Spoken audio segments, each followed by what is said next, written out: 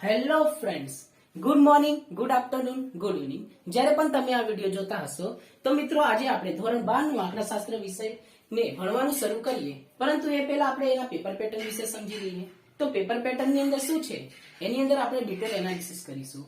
તો આ paper pattern જે છે તેની અંદર કુલ A થી લઈને F વિભાગો આપવામાં આવેલા છે. તો જુઓ, સેક્શન જે A છે એની અંદર 20 પ્રશ્નો પૂછવામાં આવે છે જે MCQs છે. બરાબર, 4 વિકલ્પો આપવામાં આવશે. એની અંદરથી કોઈ પણ એક વિકલ્પ પસંદ કરવાનું રહેશે તમારે, જે તમને પસંદ પડે તે. બરાબર, અને એના જે પ્રત્યેકના જે ગુણ છે તે કેટલા રહેશે? 1 ગુણ રહેશે. અને એમ મળીને કેટલા ગુણ થઈ જશે? 20 ગુણ. અને એ પ્રશ્ન ક્યાંથી રહેશે? તો 1 થી લઈને 20 સુધી, જે પ્રશ્નનું નંબર કે ક્રમાંક કહો તમે લોકો. બરાબર, એ ક્યાંથી ક્યાં રહેશે? તો 1 થી લઈને 20 સુધી રહેશે. પછી સેક્શન B છે. સેક્શન B ની અંદર શું છે? તો સેક્શન B ની અંદર 10 પ્રશ્નો પૂછવામાં આવશે જે એક વાક્યના રહેશે. એની અંદર લગભગ એક વાક્યનું એકાદ બે દાખલા પણ પૂછી શકે છે કોઈ પણ ચેપ્ટરમાંથી. બરાબર ને? તો જો પ્રશ્ન 10 છે, પ્રત્યેકના 1 ગુણ છે, તો કુલ મળીને કેટલા થઈ ગયા? 10 ગુણ થઈ ગયા. પહેલામાં 20, પછી 10. અને પ્રશ્નનું જે ક્રમાંક છે ને 21 થી લઈને 30 સુધીનું રહેશે. પછી સેક્શન C છે. તો સેક્શન C છે તેની અંદર તમને ઓફર આપવામાં આવ્યું છે, જેની અંદર 9 પ્રશ્નોમાંથી 7 પ્રશ્નો તમારે શું કરવાનું છે? અટેન્ડ કરવાનું છે. કોઈ પણ 7, એમ કમ્પલસરી નથી કે પ્રથમ 7 પ્રશ્નોને તમે અટેન્ડ કરો, બરાબર, કે છેલ્લા 7 ને તમે અટેન્ડ કરો. કોઈ પણ તમને જે આવડતા હશે તે 7 પ્રશ્નોને અટેન્ડ કરવાનું. બરાબર, એના પ્રત્યેકના 2 ગુણ રહેશે. અને એમ 7 દુ 14, એમ 14 ગુણ મળશે. અને આ પ્રશ્નનું જે નંબર શું છે? આ ક્રમાંક. પ્રશ્નનું શું છે? ક્રમાંક. ક્યાંથી ક્યાં સુધી રહેશે? તો 31 થી લઈને 39 સુધી. પછી જુઓ સેક્શન D. તો સેક્શન D જે છે તે 12 પ્રશ્નોમાંથી, એની અંદર પણ ઓફર છે, 12 માંથી કેટલા પ્રશ્નો અટેન્ડ કરવાના રહેશે? તમારે 8 પ્રશ્નો અટેન્ડ કરવાના રહેશે. અને પ્રત્યેકના કેટલા ગુણ છે? 3 ગુણ છે. હા, એમ મળીને કેટલા ગુણ થઈ જશે? 24 ગુણ. અને જે પ્રશ્નનો જે ક્રમાંક છે તે 40 થી 51 સુધી રહેશે. પછી પ્રશ્ન સેક્શન E આવશે, વિભાગ E. એની અંદર 4 માંથી કોઈ પણ 3 પ્રશ્નો લખવાના રહેશે. પ્રત્યેકના 4 ગુણ રહેશે. એ મળીને કેટલા થઈ જશે? 12 ગુણ. અને એનો ક્રમાંક શું રહેશે?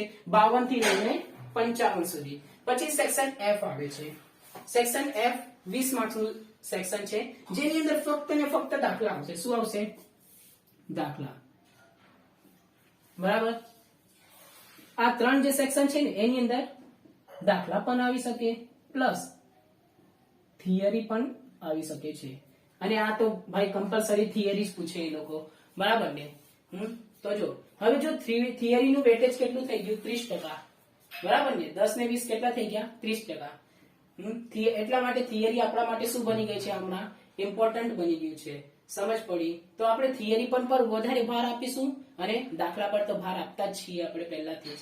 તો જુઓ શું છે પ્રશ્ન. સેક્શન F ની થોડું ચર્ચા કરીએ તો 6 માંથી 4 પ્રશ્નો પૂછાવાના છે. બરાબર, અને એ ચારે પ્રશ્નો શું છે? 5 ગુણના રહેશે. કુલ મળીને કેટલા થઈ જશે? 20 ગુણ. અને એનો જે પ્રશ્નનો ક્રમાંક છે તે 56 થી લઈને 61 સુધી રહેશે. તો જુઓ, આ 30% થિયરી થઈ ગઈ, પ્લસ આની અંદરથી પણ અમુક અમુક પ્રશ્નોની અંદર થિયરી આવશે. પરંતુ તમે લોકો શું બોર્ડ આયા, આ 9 માંથી 7 છે એની અંદર તમે લોકો શું કરશો? થિયરીને ઇગ્નોર કરી દેવાનું. બરાબર, 12 માંથી 8 છે, જો થિયરી નો પ્રશ્ન હશે ફરીથી ઇગ્નોર કરી દેવાનું. પછી 4 માંથી 3 રહેશે, ફરીથી થિયરીને ઇગ્નોર કરવાનું. આપણે દાખલા ગણી લેવાનું. પરંતુ અમુક લોકો હોય જેને દાખલા ગણતા નહીં આવડે, તો એ લોકો શું કરશે? થિયરી પણ વાંચે, થોડુંક દાખલા પણ વાંચે. પાસ થવાનું છે, પાસ થવાનું હોય તો આંકડા શાસ્ત્રનો ભાગ 1 વાંચી જાઓ. બરાબર, ભાગ 1 કરી જાઓ તો પાસ થઈ જશો. કારણ કે ભાગ 1 લગભગ 50% જેટલું વેટેજ ધરાવે છે. અને ભાગ 2 પણ લગભગ 50%. બરાબર. એમ તો પેપર સેટર ની ઉપર ડિપેન્ડ હોય છે કઈ રીતે એ લોકો પેપર એ બધું પૂછતા હોય, પરંતુ આવી રીતે જોવામાં આવ્યું છે. બરાબર ને?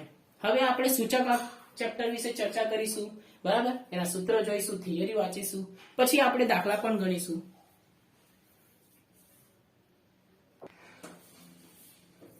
તો મિત્રો હવે આગળ વધીએ સૂચકાંકની અંદર. તો સૂચકાંકની અંદર શું શું પૂછવાનું છે, કઈ રીતે પૂછાશે એ જોઈએ.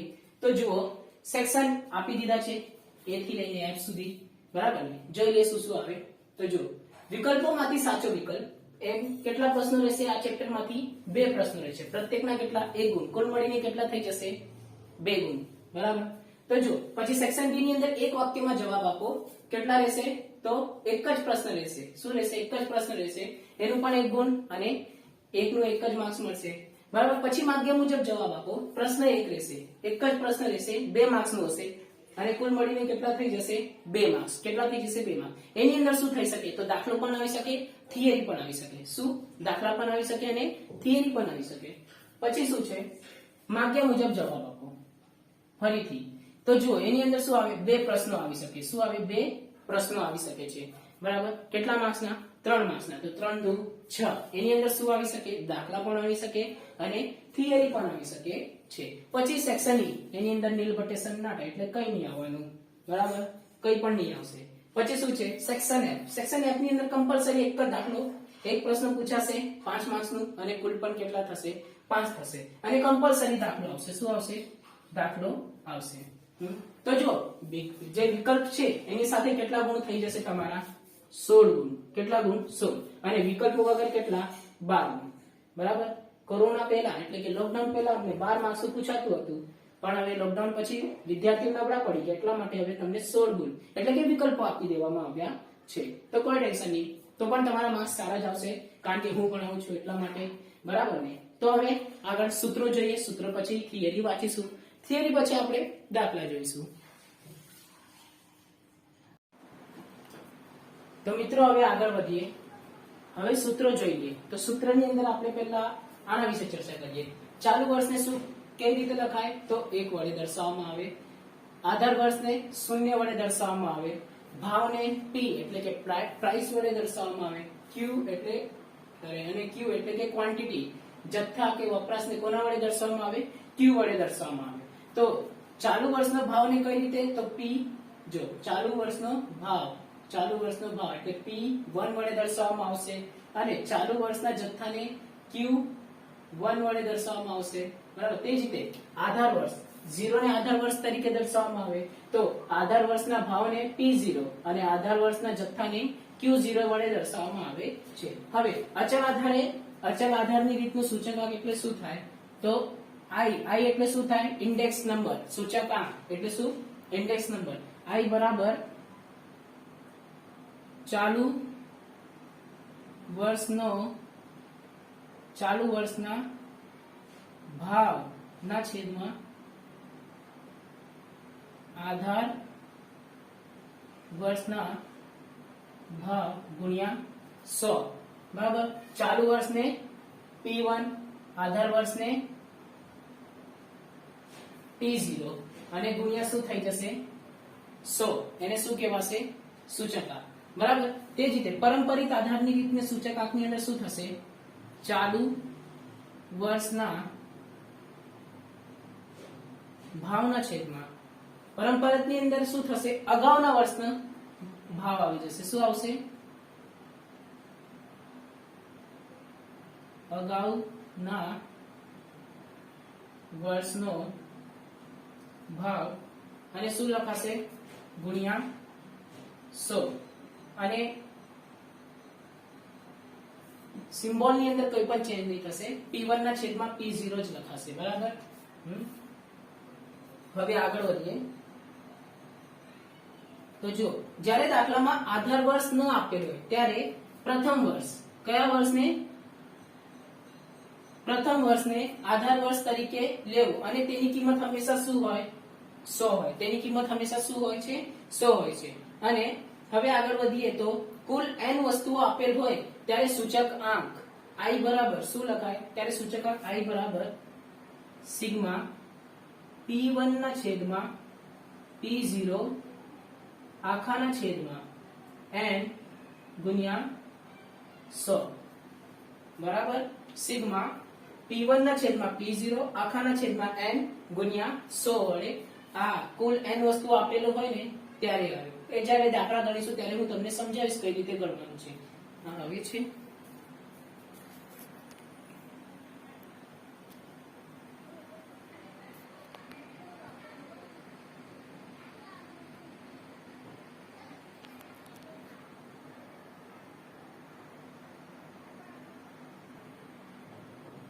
હવે અચલ આધાર સૂચકાંકનું પરંપરિત આધારના સૂચકાંકમાં પરિવર્તન. તો એનું સૂત્ર કઈ રીતે લખાશે? તો જો પરિવર્તન શેનું થાય છે એને લખવાનું. તો જો પરંપરિત આધારે સૂચકાંક બરાબર ચાલુ વર્ષનું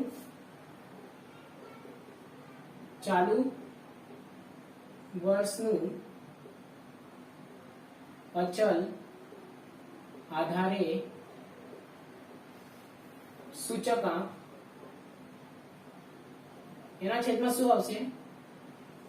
અગાઉના વર્ષનું અચલ આધારે સૂચક આંક ગુણ્યા 100 લખાશે. બરાબર. તે જ રીતે પરંપરિત આધારના સૂચકાંકનું અચલ આધારના સૂચકાંકમાં પરિવર્તન. પરંપરિત આધારના સૂચકાંકનું અચલ આધારના સૂચકાંકમાં પરિવર્તન. તો આનું સૂત્ર શું બનશે? તો અચલ આધારે જો પરિવર્તન શેનું થાય એને ધ્યાનમાં લેવાનું. પરિવર્તન અચલ આધારનું થાય છે. તો કોનું કરવાનું છે? તો પરંપરિત. તો જુઓ લખશો શું? ચાલુ વર્ષના પરંપરિત આધારનું સૂચકાંક ગુણાકાર શું થશે? તો અગાઉના વર્ષનું અચલ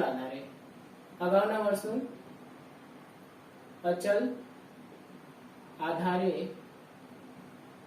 સૂચકાંક છેદમાં શું થશે? 100. આ બંને વચ્ચે કોનો સંબંધ રહેશે? ગુણાકારનો. કોનો? ગુણાકાર. અને છેદમાં શું લખાશે? 100. તો આ શું થયું? પરંપરિત આધારના સૂચકાંકનું અચલ આધારના સૂચકાંકમાં પરિવર્તન. તો અચલ આધારે સૂચકાંક બરાબર સૂચકાંકને i વડે દર્શાવવામાં આવે. ચાલુ વર્ષનું પરંપરિત આધારનું સૂચકાંક ગુણ્યા અગાઉના વર્ષનું અચલ આધારનું સૂચકાંક. જો પહેલા ચાલુ વર્ષનું પરંપરિત અને પછી શું આવશે? અગાઉના વર્ષનું અચલ આધાર અને છેદમાં શું. આ સૂત્રને ખાસ યાદ રાખવાનું. મોટા ભાગનું ભૂલ અને આ સૂત્રની અંદર લોકોનું થયા કરે. બરાબર. હવે ફુગાવાનો દર શું છે? તો ફુગાવાના દરનું સૂત્ર શું છે? તો ચાલુ વર્ષના જથ્થાબંધ ભાવનું સૂચકાંક માઇનસ અગાઉના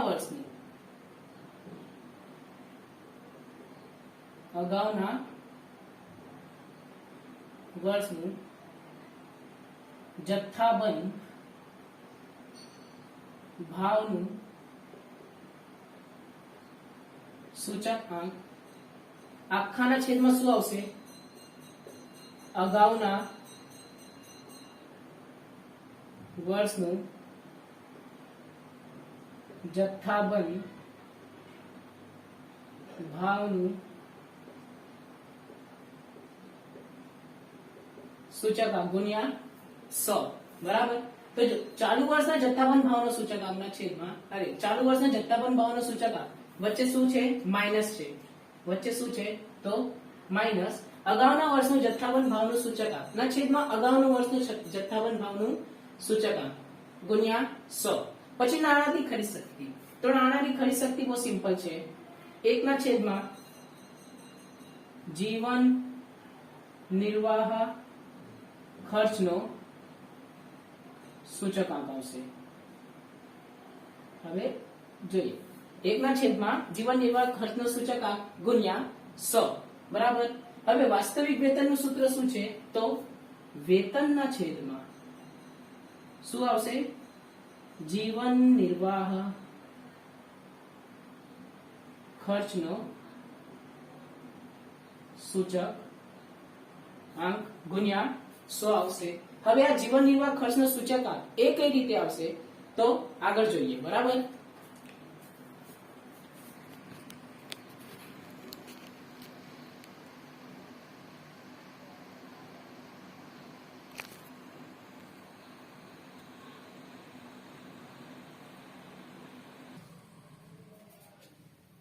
તો મિત્રો જીવન નિર્વાહ ખર્ચના સૂત્રને શીખતા પહેલા આપણે લાસ્પિયર પાસે અને ફિશરના સૂચકાંક વિશે થોડીક ચર્ચા કરી લઈએ, જે મોસ્ટ આઈએમપી છે અને સેક્શન એફ ની અંદર આ ત્રણેય સૂત્ર પર આધારિત એક દાખલો પૂછવામાં આવે છે. તો લાસ્પિયરનો સૂચકાંક શું છે, તો કઈ રીતે લખવાનું જોઈ લો. બહુ સિમ્પલ છે. સિગ્મા શું લખશો? સિગ્મા પી ક્યુ છેદમાં પણ સિગ્મા પી ક્યુ. મેં શું લખ્યું છે?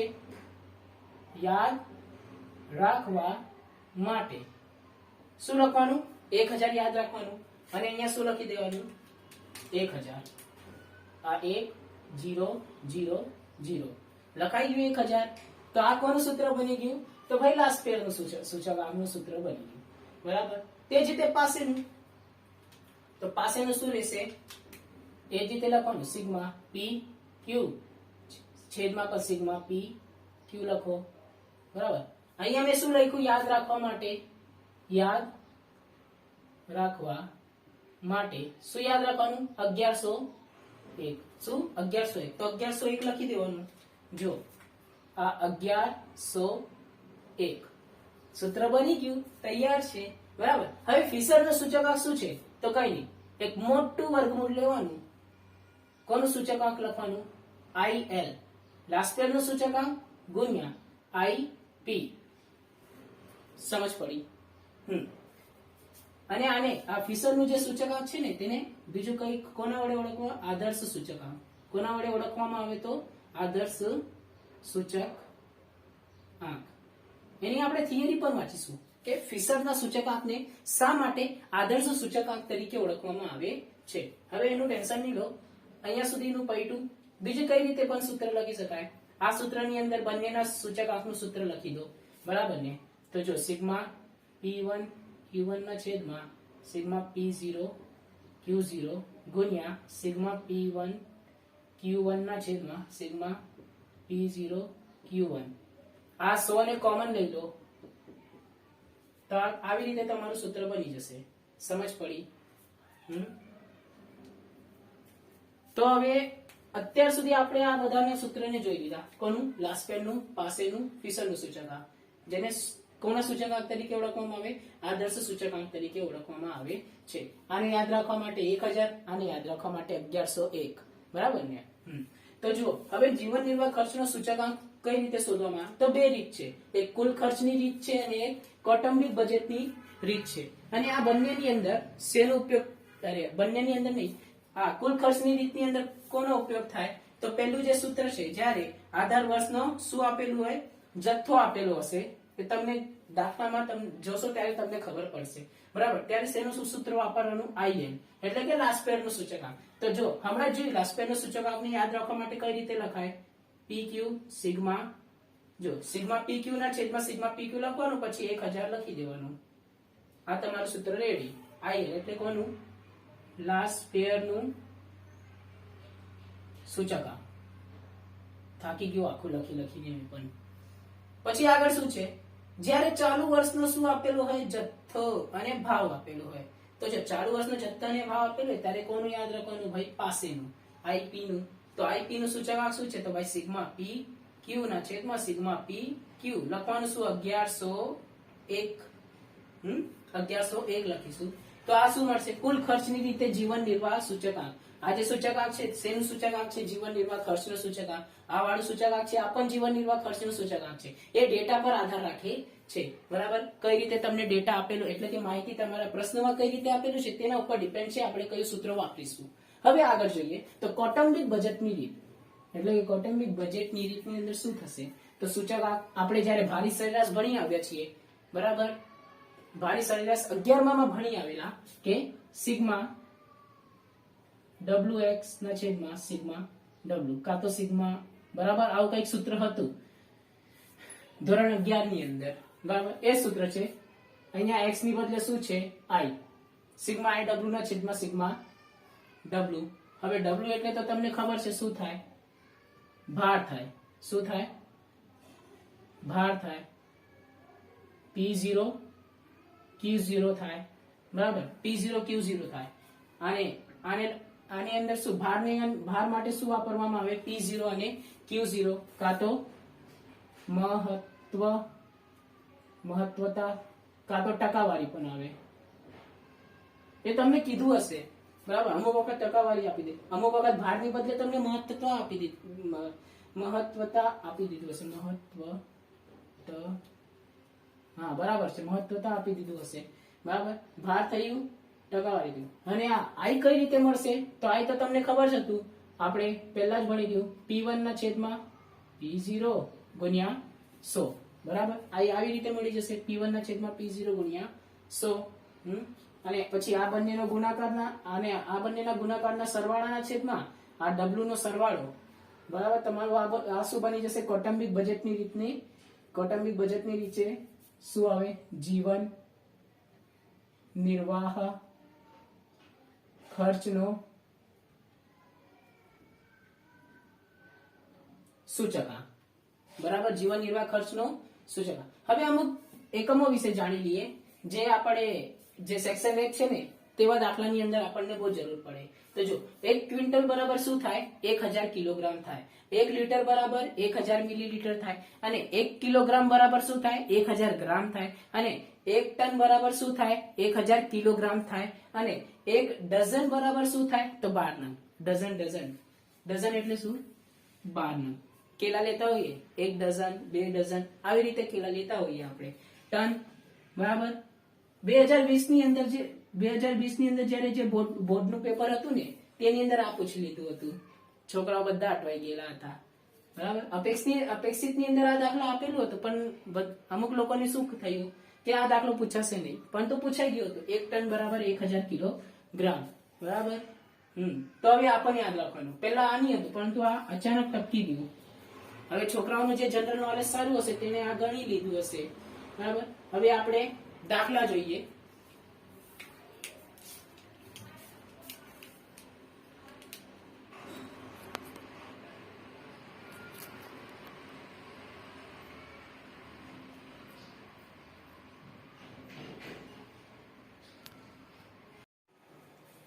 તો મિત્રો હવે આગળ વધીએ. આગળ આપણે દાખલા નહીં, પરંતુ પહેલા થિયરી જોઈએ, એના પછી આપણે દાખલા જોઈશું બરાબર. તમને ખબર જ છે, કારણ કે થિયરીના 30 ને લગભગ 40% જેટલા વેટેજ તો છે તમારા પેપરની અંદર. 2 માર્ક્સની અંદર પણ થિયરી આવી શકે છે અને 3 માર્ક્સની અંદર પણ આવી શકે છે. અને પહેલા 30 માર્ક્સ તો તમારા ફિક્સ જ છે થિયરીની અંદર. તો જુઓ, સૂચકાંકની થિયરી. તો પહેલો પ્રશ્ન શું છે કે સૂચકાંક અને તેના લક્ષણો. તો જો સૂચકાંક એટલે શું અને તેના લક્ષણો જણાવો. તો જો સૂચકાંક બીજું કઈ નથી, ટકાવારી છે. ધારો કે તમારા પરીક્ષા કેટલા માર્ક્સની હોય? ટોટલ 6 વિષયની હોય તો 600 માર્ક્સ થાય 100 ના હિસાબથી બરાબર ને. અને તમારા કેટલા આવ્યા? 600 માંથી 500. તો તમે દરેક જગ્યા શું બોલશો? 600 માંથી 500, 600 માંથી 500. મજા નહીં આવે ને? તો 600 માંથી 540 એટલે કે 600 માંથી જે 540 આવ્યા બરાબર. તો તમે લોકો હવે વારંવાર એમ તો નહીં બોલશો 600 માંથી 540 આવ્યા નહીં.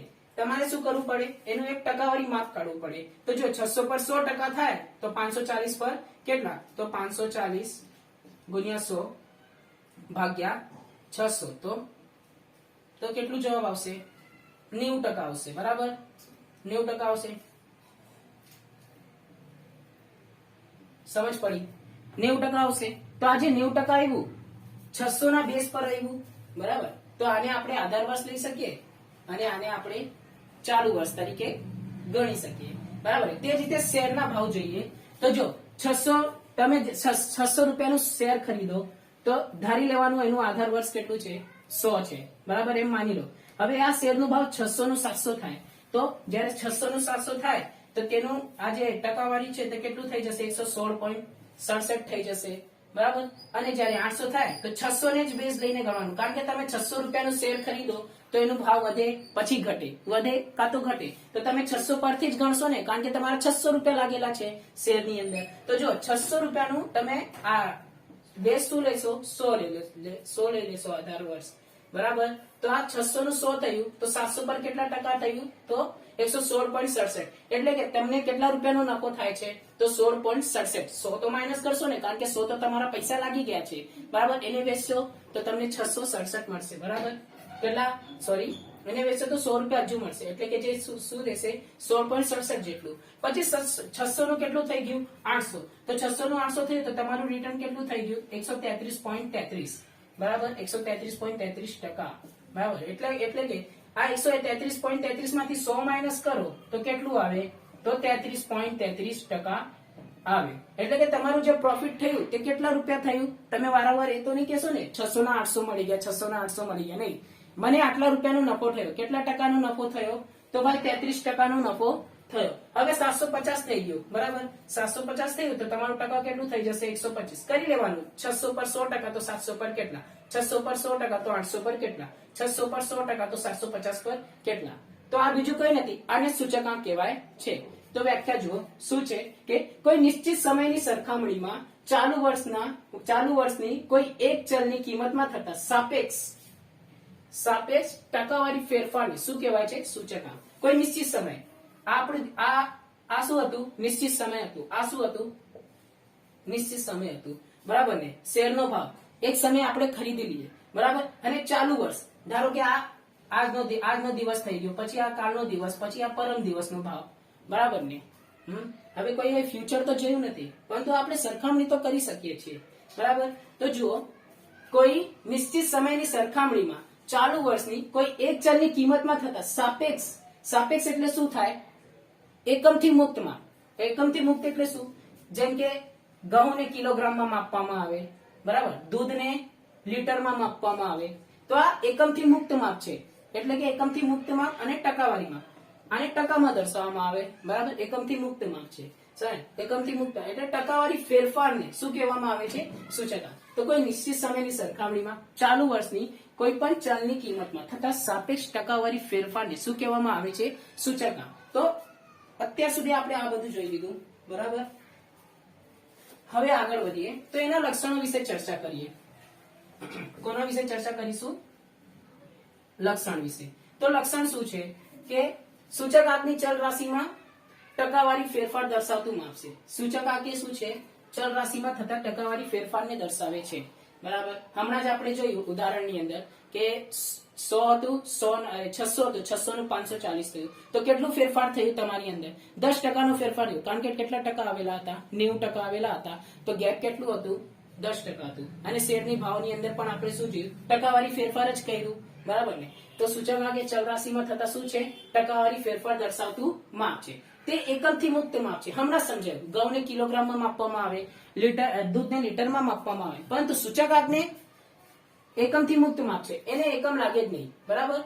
એને એકમ લાગે નહીં. એટલા માટે એકમથી મુક્ત માપ એટલે શું છે? સાપેક્ષ માપ છે, બરાબર. ધોરણ 11 માં આપણે સાપેક્ષ અને નિરપેક્ષ માપ ભણી ગયા, બરાબર. તમે પ્રમાણિત વિચલનાંક, બરાબર, પછી ચલનાંક એ બધું જોયું. એ શું હતું? એકમથી મુક્ત માપ હતું. તે જ રીતે આ સૂચકાંક પણ શું છે? એકમથી મુક્ત માપ છે. પછી તે તુલનાત્મક માપ છે. આપણે તુલના કર્યું, બરાબર ને? કે શેરનું ભાવ 600 હતું, 600 નું 800 થયું. તો 600 નું 800 થયું તો આપણે કમ્પેર કર્યું ને, તુલના કર્યું. એટલા માટે કયું માપ છે? તુલનાત્મક માપ છે. પછી તે એક સરેરાશ માપ છે, બરાબર. સરેરાશ. ટકાવારી એટલે શું થાય? સરેરાશ થાય. તમે બધા વિષયનો સરવાળો કરી અને જેટલા વિષય છે તેને તે સંખ્યા વડે ભાગો ને, તે પણ તમારું 90% આવશે. તમે કરીને જોઈ લેજો. તમારા ટકા કાઢજો અને તમારા જે 10માની માર્કશીટ છે ને એ બધાનો સરવાળો કરી તમે ભાગ્ય કરશો તો પણ તમારું એક જવાબ આવશે, બરાબર. તો તે એક શું છે? સરેરાશ માપ છે. અને તે સરેરાશના બધા જ લક્ષણો ધરાવે છે, બરાબર. આપણે ધોરણ 11 ની અંદર સરેરાશના બધા લક્ષણો જોયા. સારા સરેરાશના લક્ષણો એ સરેરાશના બધા લક્ષણો ધરાવે છે, બરાબર. પછી સૂચકાંક એ ભારિત સરેરાશ છે, બરાબર. સૂત્રની અંદર જોયું I બરાબર સિગ્મા IW ના છેદમાં સિગ્મા W. તો આ શું હતું? ભારિત સરેરાશ હતું. ધોરણ 11 ની અંદર આપણે ભણી ગયા હતા. I ની જગ્યાએ શું લગાવતા હતા આપણે 11મા ની અંદર? તો X લગાવતા હતા. તો આ શું થયું? સૂચકાંક અને તેના લક્ષણો. ફરીથી એક વખત આપણે રિવાઇઝ કરી લઈએ. તો સૂચકાંક ચલ રાશિમાં થતા ટકાવારી ફેરફાર દર્શાવતું માપ છે. તે એકમથી મુક્ત માપ છે, એટલે કે સાપેક્ષ માપ છે. તે તુલનાત્મક માપ છે. તે એક સરેરાશ માપ છે. તેથી તે સરેરાશના બધા લક્ષણો ધરાવે છે. અને સૂચકાંક એ ભારિત સરેરાશ છે. શું છે? ભારિત. યાદ રહેશે, બરાબર. પછી આધાર વર્ષ જોઈએ. તો આધાર વર્ષ શું છે? તો આધાર વર્ષ એટલે શું અને તેને પસંદ કરવાની રીતો. જ્યારે કોઈ વસ્તુના ભાવમાં થતા ફેરફારને ભૂતકાળના કોઈ વર્ષ સાથે સરખાવવામાં આવે તો તે વર્ષને આધાર વર્ષ કહે છે, બરાબર. જ્યારે કોઈ વસ્તુના ભાવને ભૂતકાળના કોઈ વર્ષ સાથે, બરાબર, ભૂતકાળના કોઈ વર્ષ સાથે કે ભૂતકાળના કોઈ વર્ષના ભાવ સાથે સરખાવવામાં આવે તો તેને શું કહેવામાં આવે છે? આધાર વર્ષ. બરાબર. આપણે આધાર વર્ષને જેમ કે આપણે હમણાં શેરનો ભાવ બરાબર 600 રૂપિયા હતું, 600 નું 800 થયું, તો આ જે શેરનો ભાવ રૂપિયામાં હતું તેને આપણે 100 લઈ લીધું હતું. બરાબર. એ પણ નોંધ લખાય, જયારે આપણને કઈ કીધું નહીં તો આધાર વર્ષ શું લેવાનું? 100 લેવાનું. આ ભૂતકાળનું હતું, આપણે કાલે 600 રૂપિયાનું શેર ખરીદેલું હતું, આજે 800 નો થઈ ગયું, તો આજે આપણે શું કરીશું? સરખામણી કરીશું. તે જ રીતે વર્ષની અંદર પણ થાય. અમુક લોકો 2001 ને શું કરે? 100 ધારી લે, પછી 2021 ને 22 ની સાથે કમ્પેર કરે કે 2001 માં આટલો ફુગાવાનો દર હતો અને 2021 કે 22 ની અંદર આટલો ફુગાવો આવી ગયો. કઈ રીતે આવ્યું? તો ભાઈ તેજી મંદીનું ચક્ર ચાલ્યા કરે અને ફુગાવો વધે ઘટે એ તો ચાલતું જ હોય. બરાબર. તો જુઓ, આધાર વર્ષ એટલે શું? જયારે કોઈ વસ્તુના ભાવમાં થતા ફેરફારને ભૂતકાળના કોઈ વર્ષ સાથે સરખાવવામાં આવે તો તે જે વર્ષ હોય ને તેને શું કહેવામાં આવે છે? આધાર વર્ષ. ભૂતકાળના કોઈ વર્ષ સાથે સરખાવવામાં આવે, આ ખાસ આવવું જોઈએ. ભૂતકાળના કોઈ વર્ષ સાથે સરખાવવામાં આવે તો તે આજે તે વર્ષ છે ને, બીજું કઈ નહીં, એ ભૂતકાળનું જ વર્ષ છે. તે વર્ષ શું છે? ભૂતકાળનું જ વર્ષ છે. તો તે ભૂતકાળના વર્ષને શું કહેવામાં આવે છે? તો આધાર વર્ષ કહેવામાં આવે છે. હવે આધાર વર્ષના બે પ્રકાર છે, પસંદ કરવાની બે રીત છે. એક આપણે જોઈ ગયા સૂત્રની અંદર, અચલ આધારની રીત, અને બીજું શું છે?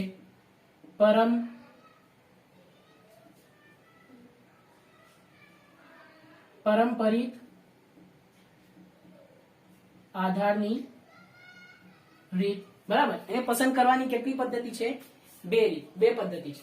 હવે આધાર વર્ષની પસંદગી કરતી વખતે ધ્યાનમાં રાખવાના મુદ્દા.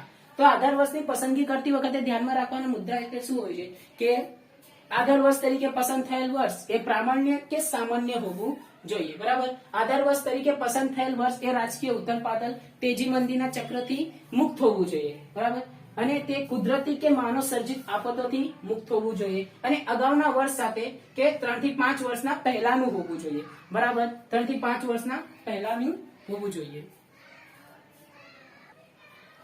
તો જો આધાર વર્ષ તરીકે પસંદ થયેલ વર્ષ સામાન્ય હોવું જોઈએ. બરાબર. આધાર વર્ષ તરીકે પસંદ થયેલ વર્ષ રાજકીય ઉથલપાથલ. બરાબર.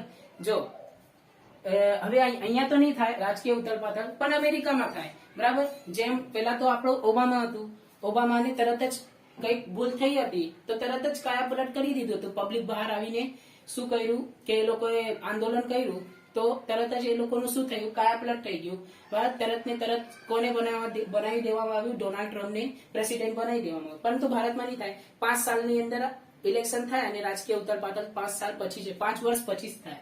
બરાબર ને? તો જો રાજકીય ઉથલપાથલ કે તેજી મંદીથી મુક્ત હોવું જોઈએ. હમણાં પેટ્રોલનો ભાવ જોઈએ તો તરત જ વધી જાય. બરાબર. વધતું જાય. આ ફુગાવાનું કારણ છે. આ અને પછી આપણે જોવા જઈએ પેટ્રોલનો ભાવ વધે છે, પણ પરંતુ પહેલા નહીં થતું હતું, આવું પહેલા ઓછું હતું. હા, તો આ શું છે? ફુગાવાને કારણે થાય છે. જો તમે આ વર્ષને તમે આધાર વર્ષ તરીકે લઈ લેશો તો તમારું કેલ્ક્યુલેશન બગડી શકે છે. એટલા માટે આધાર વર્ષ તરીકે પસંદ થયેલ વર્ષ રાજકીય ઉથલપાથલ અને તેજી મંદીથી મુક્ત હોવું જોઈએ. અને આધાર વર્ષ તરીકે પસંદ થયેલ વર્ષ કુદરતી કે માનવ સર્જિત આફતોથી મુક્ત હોવું જોઈએ. હવે 2020 ને કોઈ આધાર વર્ષ તરીકે લઈ શકે છે? નહીં, કારણ કે ત્યારે 2020 અને 19 ની અંદર શું આવેલું? કોરોના વાયરસ, જે શું હતું? માનવ સર્જિત આફત હતી. બરાબર. એને જો આપણે આધાર વર્ષ તરીકે લઈ લઈએ તો આપણું કેલ્ક્યુલેશન બગડી જશે. બરાબર ને? કારણ કે ત્યારે શું થયું હતું? બધા ધંધા અને રોજગાર એ બધું બંધ થઈ ગયું હતું, વાહન વ્યવહાર પણ બંધ થઈ ગયું હતું. એટલા માટે 2020 ને આપણે આધાર વર્ષ તરીકે લઈ શકીએ તો નહીં લઈ શકીએ. બરાબર ને? પછી આધાર વર્ષ તરીકે પસંદ થયેલ વર્ષ અગાઉના વર્ષ અથવા 3 થી 5 વર્ષ પહેલાનું હોવું જોઈએ. માને વધારે જૂનું લઈ લઈએ તો એ ફુગાવો એ બધું આપણે કેલ્ક્યુલેશન નહીં કરી શકીએ. એટલા માટે 3 થી 5 વર્ષ પહેલાનું હોવું જોઈએ. બરાબર. હવે આગળ જોઈએ. તો મિત્રો હવે આગળ વધીએ. આગળ શું છે? તો આગળ આપણે તફાવત જોઈએ. શેનો તફાવત? તો અચલ આધારની રીત અને પારંપરિક આધારની રીત વચ્ચેનો તફાવત જોઈએ. તો જો અચલ આધારની રીતમાં આધાર વર્ષને આધાર વર્ષ તરીકે પસંદ કરવામાં આવે છે, અને આ રીતમાં જે પારંપરિક આધારની રીત છે તેની અંદર અગાઉના વર્ષને આધાર વર્ષ તરીકે પસંદ કરવામાં આવે છે. આપણે સૂત્ર જોયેલું હતું, અચલ આધારની રીતની અંદર આધાર વર્ષ તરીકે લેવામાં આવ્યું હતું, અને પરંપરિત આધારની જે રીત હતું તેની અંદર શું લેવામાં, ચાલુ વર્ષના છેદમાં અગાઉના વર્ષને. તો જે આધાર વર્ષ હતું તે અગાઉનું વર્ષ હતું, બરાબર ને. અને લખાતું શું હતું, P1 ના છેદમાં P0. આ જે P0 છે તે શું હતું, તો આધાર વર્ષ હતું, બરાબર ને. તો જુઓ, હવે સમયના સમગ્ર ગાળા દરમિયાન આ જે આધાર વર્ષ છે ને તે અચળ રહે છે, બરાબર. આપણે શું કર્યું, આધાર વર્ષ હંમેશા સરખું હોય છે. આની અંદર કોની અંદર, અચલ આધારની રીત, એનું નામ જ છે ને અચલ આધારની રીત. એટલા માટે શું રહે છે, અચળ રહે છે. કારણ કે સમયના સમગ્ર ગાળા દરમિયાન એ શું હોય છે, અચળ રહે છે. પરંતુ આની અંદર શું હોય, દરેક વખતે અગાઉના વર્ષને આધાર વર્ષ તરીકે લેવામાં આવે. દરેક વખતે અગાઉના વર્ષને આધાર વર્ષ તરીકે લેવામાં આવે છે. એટલા માટે આનું જે આધાર વર્ષ છે, કોનું, પરંપરિત આધારની રીતની અંદર જે આધાર વર્ષ છે તે બદલાતું રહે છે. સમયના અંતરે આ આધાર વર્ષને બદલવું જરૂરી છે, બરાબર. હવે 1950 ના આધાર વર્ષને 2000 સુધી ચલાવી શકાય, પરંતુ 2001 પછી હવે આધાર વર્ષ બદલવું પડે, કારણ કે 50 વર્ષ થઈ ગયા. એ જે આધાર વર્ષ છે તેને બદલવું પડે છે, બરાબર. હવે જે વસ્તી ગણતરી થાય છે તે 2011 ની પ્રમાણે થતું હતું, પરંતુ હવે નવી વસ્તી ગણતરી પ્રમાણે આપણે આધાર વર્ષ લઈશું, બરાબર ને. તો શું થાય છે, સમયના અંતરે આ આધાર વર્ષને બદલવું પડે. કોની અંદર, તો અચલ આધારની રીતની અંદર. પરંતુ પરંપરિત આધારની અંદર હવે અગાઉના વર્ષને આપણે આધાર વર્ષ તરીકે લઈએ, એની અંદર તો બદલવાની જરૂર જ નથી, કારણ કે ઓલરેડી દર વર્ષે 9 ની 9 આવતું હોય છે. એટલા માટે સમજ પડી ને. તો જુઓ, હવે આધાર વર્ષની પસંદગીનું કાર્ય મુશ્કેલ છે, કારણ કે આપણને ખબર છે 4 પોઈન્ટ, કે આધાર વર્ષ સામાન્ય અને પ્રામાણ્ય હોવું જોઈએ, બરાબર. અર્થતંત્રની તેજી મંદી કે ઉથાલ રાજકીય ઉથલ-પુથલથી મુક્ત હોવું જોઈએ, બરાબર. અને આપણે હજુ પછી કુદરતી કે માનવ સર્જિત આફતોથી મુક્ત હોવું જોઈએ. એટલા માટે શું છે, અચલ આધારની રીતે પસંદગી કરવાની મુશ્કેલ છે. પરંતુ આધાર વર્ષની પસંદગીનું કાર્ય શું હોય છે, આની અંદર મુશ્કેલ નથી, કારણ કે ગત વર્ષનું શું લઈ લેવાનું, ગત વર્ષનું જે અગાઉના વર્ષ છે ને તેને જ આપણે આધાર વર્ષ તરીકે લેવાનું છે. એટલા માટે કઈ વધારે મુશ્કેલ કામ નથી. આધાર વર્ષ અચળ હોવાથી એક સૂત્રતા જળવાય છે, બરાબર ને. આ તો સિમ્પલ વાત છે. આધાર વર્ષ અચળ હોય છે એટલા માટે આપણે શું કરતા છીએ, એક સૂત્રતા જળવાતી રહે છે. જેમ કે આપણે 600 રૂપિયાનું શેર હતું, બરાબર, યાદ છે ઉદાહરણ, 600 નું 800 થયું, 800 નું 700 થયું, બરાબર ને. 600 નું 700 થયું, 700 નું 800, પછી 750 થઈ ગયું હતું, બરાબર. તો જે શેર હતું તે 600 ની સાથે કમ્પેર થાય છે, એટલા માટે એક સૂત્રતા જળવાઈ રહે છે. એ દાખલા ગણાશે ત્યારે હું તમને સમજાવીશ કઈ રીતે એક સૂત્રતા જળવાય છે ને. જ્યારે હું દાખલો ગણાવી લઈશ, ફરીથી આવે તમારે થિયરીનું લેક્ચર જોવાનું, એટલે તમને થિયરી યાદ જ રહી જશે, કોઈ ટેન્શન લેવાની જરૂર નથી. અને હા, તમે આ થિયરી લખો છો કે નહીં, આ લખજો, બરાબર. મસ્ત શોર્ટમાં લખાયું છે, અને આવી રીતે લખી દેશો તો તમને માર્ક્સ ફૂલ મળશે, કોઈ ટેન્શન નથી. કોઈએ એક પણ માર્ક્સ આપવાનો નથી, બરાબર ને. તો જો આધાર વર્ષ અચળ હોવાથી એક સૂત્રતા જળવાય છે, આની અંદર બદલાય છે, એટલા માટે એક સૂત્રતા જળવાતી નથી. સરકાર તેમજ મોટા ઉદ્યોગપતિમાંથી આ શું છે, ઉપયોગી છે, અને આપણા જેવા નાના લોકો માટે પરંપરિત આધારની રીત શું છે, ઉપયોગી છે. ચાલો, હું કહેતો હતો ફિશરનો સૂચકાંકને શા માટે આદર્શ સૂચકાંક કહેવામાં આવે, તો એના કારણો જોઈ લઈએ. ચાલો, એ કારણો જોતા પહેલા આપણે જોઈએ કે સરેરાશનો શ્રેષ્ઠ માપ કયો હતો. 11મા ધોરણનું મોસ્ટ આઈએમપી ક્વેશ્ચન, એમસીક્યુઝ ની અંદર વારંવાર દરેક સ્કૂલની અંદર પૂછાતું હોય, તો ગુણોત્તર સરેરાશ હતું. યાદ છે ગુણોત્તર સર, જી બરાબર વર્ગમૂળની અંદર n1 n2 n3, યાદ હશે, કઈ વાંધો નહીં. ચાલો, એનું થોડુંક રેફરન્સ આવશે અહીંયા, એટલા માટે હું હમણાં જ આપી દીધું. તો જુઓ, હવે ફિશરના સૂચકાંકને શા માટે આદર્શ સૂચકાંક કહેવામાં આવે છે, તો તેનું કારણ છે આ.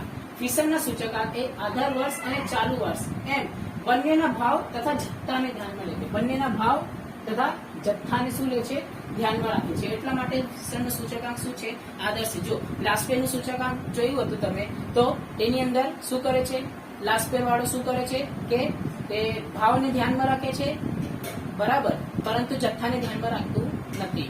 અને લાસ્પેરની અંદર જથ્થાને ધ્યાનમાં રાખે છે, પરંતુ ભાવને નહીં. હવે લાસ્પેર બાબુ આવ્યો, એને શું કર્યું, બંનેને મિક્સ કરી દીધું અને વર્ગમૂળમાં નાખી દીધું, તે ભાઈ ફિશર બની ગયું, બરાબર.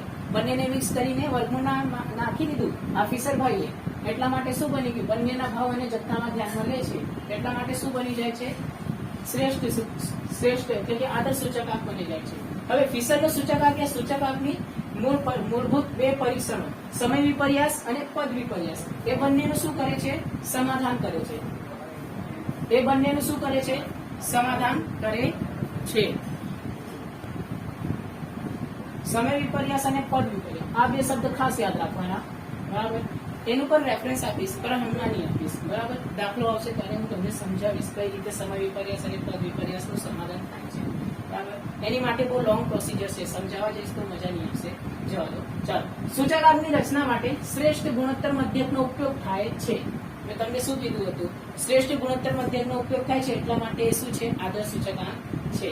બરાબર. આ સૂચકાંકમાં લાસ્પિયર અને પાસેના સૂચકાંકની ખામીઓ દૂર થાય છે. લાસ્પિયર અને પાસેની સૂચકાંકની અંદર જે પણ ખામીઓ આવતી હતી એ શું થાય છે?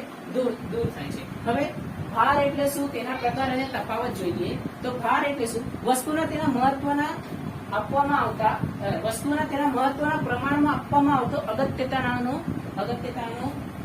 આંકને શું કહેવામાં આવે છે? ભાર કહેવામાં આવે. વસ્તુને તેના મહત્વના પ્રમાણમાં આપવામાં આવતા અગત્યતાનું માપને શું કહેવામાં આવે છે?